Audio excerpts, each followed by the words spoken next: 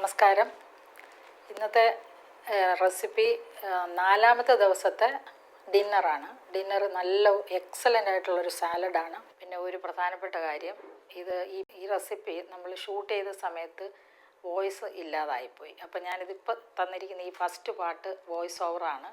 അതുകൊണ്ട് ചിലപ്പം ലിപ്പിൻ്റെ മൂവ്മെൻറ്റ് വ്യത്യാസം കാണും, അത് സദയം ക്ഷമിക്കുക. ഇത് ഒരു എഗ് മഷ്റൂം സാലഡാണ്. അപ്പോൾ വെജിറ്റേറിയൻസ് വിഷമിക്കേണ്ട, മുട്ടയ്ക്ക് പകരം നിങ്ങൾക്ക് കോളിഫ്ലവർ ചേർക്കാം.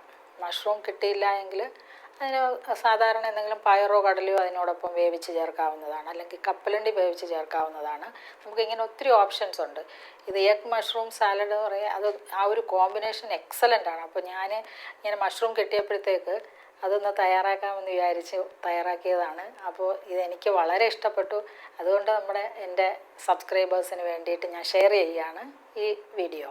ഓക്കെ, അപ്പോൾ ഇതിൻ്റെ ഇൻഗ്രീഡിയൻസ് എന്ന് പറയുന്നത് എല്ലാവർക്കും അറിയാവുന്ന സാധാരണ ഉള്ളതാണെങ്കിൽ കൂടിയും ഇതിലൊരു സ്പെഷ്യലായിട്ട് ഒരു ഇൻഗ്രീഡിയൻറ്റ് വന്നിട്ടുണ്ട്.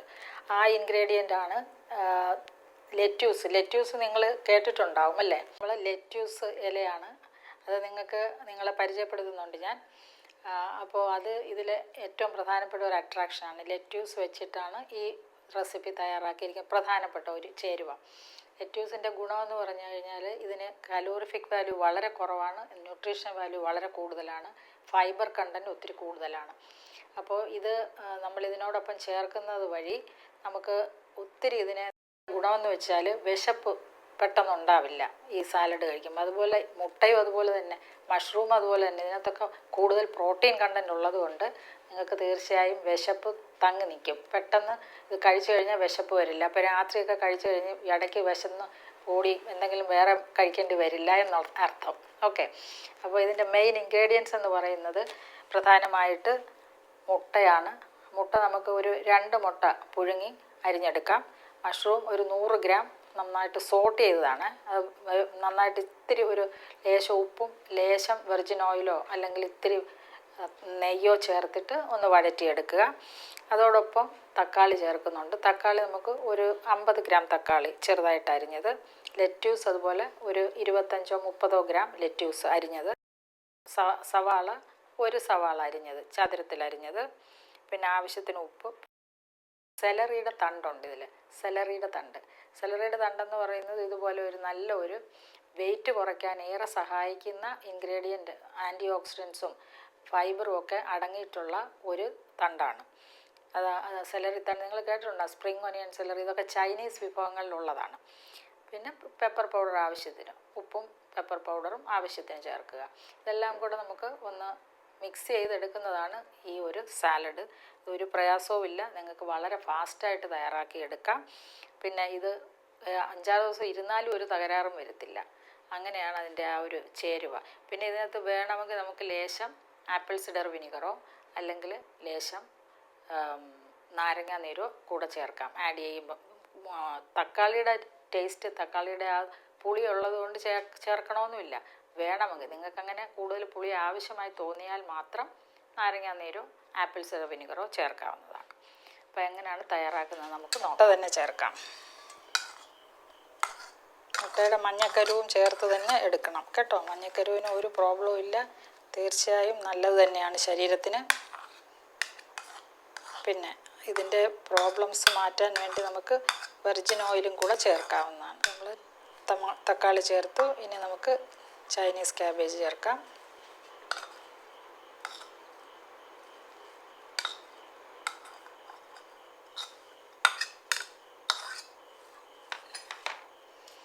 പിന്നെ മഷ്റൂംസ്,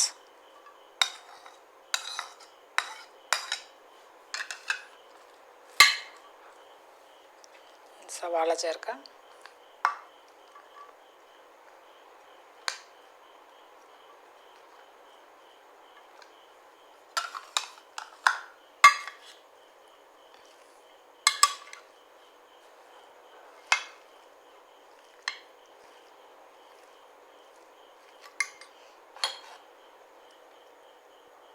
നാരങ്ങ നീര് ചേർത്ത്.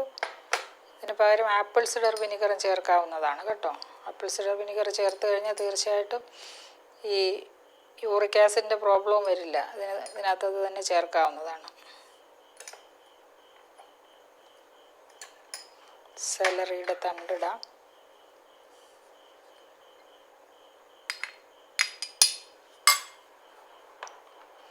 പിന്നെ കുരുമുളക് പൊടി.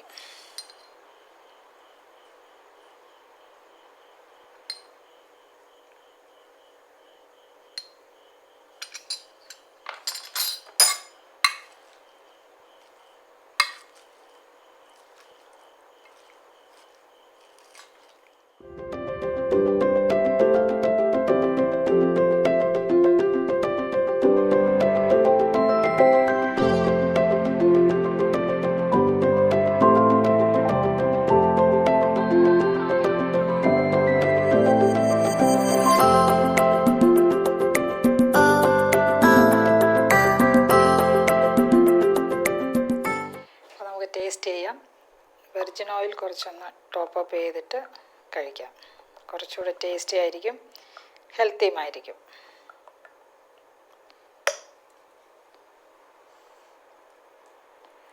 അപ്പോൾ ഇതിനകത്ത് അടങ്ങിയിരിക്കുന്ന എല്ലാ ഇൻഗ്രീഡിയൻസും നിങ്ങൾക്കിപ്പോൾ മനസ്സിലായില്ലേ? ഗ്രെയിൻ ഫ്രീ ആണ്, അബ്സല്യൂട്ട്ലി ഗ്രെയിൻ ഫ്രീ ആണ്.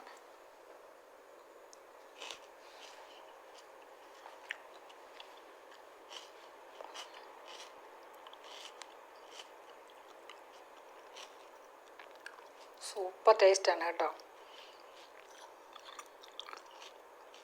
നിങ്ങളിപ്പോൾ ചിരിക്കുന്നുണ്ടാവും, ഈ മാഡത്തിന് എല്ലാം ഉണ്ടാക്കിയിട്ട് ടേസ്റ്റാന്ന് പറയും. പക്ഷേ നിങ്ങളും പറയുന്നുണ്ട് സൂപ്പർ ദോശ, നമ്മളുടെ ഗ്രീൻ പീസ് ദോശയെക്കുറിച്ച് നല്ല അഭിപ്രായമല്ലേ? അങ്ങനത്തെ ഒരു കോമ്പിനേഷൻ, ഇതൊരു കോമ്പിനേഷനാണ്. ഇതിനകത്തുള്ള തക്കാളിയുടെ ആ ടേസ്റ്റ്, മുട്ട, മഷ്റൂംസ് എത്ര രുചിയാണ്. ഇലകൾ, സവാള എല്ലാം കൂടെ പരസ്പര പൂരകമായിട്ടുള്ള ഒരു രുചിയാണ് കിട്ടിയിരിക്കുന്നത്. പിന്നെ വളരെ കുറച്ച് കഴിച്ചാൽ അത്ര പെട്ടെന്ന് വയറ് നിറയും.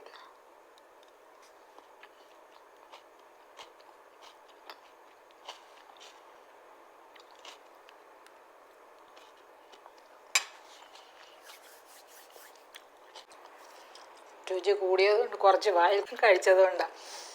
ചവച്ച് തിന്നോട്ടെ.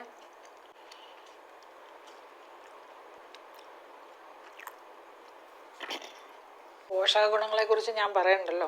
എല്ലാം തന്നെ കാലോറിഫിക് വാല്യൂ ഏറ്റവും കുറവ്, പോഷകമൂല്യം ഏറ്റവും കൂടുതൽ, പ്രോട്ടീൻ, ഹൈ വൈറ്റമിൻസ്, മിനറൽസ്, അതിനകത്ത് ഫൈബർ, ഓരോന്നും ഇതിനകത്തുള്ള എല്ലാം തന്നെയും എല്ലാ ഇൻഗ്രീഡിയൻസും ഒന്നിനൊന്ന് മെച്ചമാണെന്ന കാര്യത്തിൽ യാതൊരു സംശയമില്ല. വെയിറ്റ് കുറയ്ക്കാൻ, അസുഖങ്ങൾ, ലൈഫ് സ്റ്റൈൽ ഡിസോർഡേഴ്സ് എന്താണെങ്കിൽ കൂടിയും ഫാറ്റി ലിവറിന് നമ്പർ 1 ആണ്. ഡയബറ്റീസ് കുറയ്ക്കാനോ നിങ്ങളിതൊന്ന് കഴിച്ചു നോക്ക്, നിങ്ങൾക്ക് ഒരു ഇൻസുലിൻ്റെ ആവശ്യം വരില്ല. അതുപോലെ തന്നെയാണ് ഹൈപ്പർ ടെൻഷൻ, BP കുറയ്ക്കാനുള്ള എല്ലാ ഇൻഗ്രീഡിയൻസും ഉണ്ട്. അതോടൊപ്പം തന്നെയാണ് നിങ്ങളുടെ അമിതവണ്ണം കുറയ്ക്കാൻ. വേറെ എന്താ പറയുക, മറ്റുള്ള മരുന്നുകൾ കഴിച്ച് നിങ്ങൾ എൻ്റെ പുറകെ ഓടി നടക്കേണ്ട ഒരാവശ്യമില്ല. ഇതുപോലുള്ള നല്ല നല്ല വൈവിധ്യമാർന്ന ഭക്ഷണങ്ങൾ എല്ലാ ദിവസവും തയ്യാറാക്കി കഴിക്കാൻ നോക്കുക. ഇത് വലിയൊരു വിഷയമല്ല. ഇപ്പം നിങ്ങൾക്ക് തന്നെ എന്ത് സിമ്പിളായിട്ടാണ് ഞാൻ ഉണ്ടാക്കുന്നത്. ഓരോ റെസിപ്പിയും വളരെ സിമ്പിളല്ലേ, ഒട്ടും കോംപ്ലിക്കേറ്റഡ് അല്ല, ടൈം കൺസ്യൂമിങ് അല്ല, എന്നാൽ absolutely tasty as well as healthy. അതിൽ നിങ്ങൾക്ക് സംശയമുണ്ടോ? ട്രൈ ചെയ്ത് നോക്കുമ്പോൾ നിങ്ങൾക്ക് മനസ്സിലാവും. നമുക്ക് വീണ്ടും മറ്റൊരു വീഡിയോയിൽ കാണാം.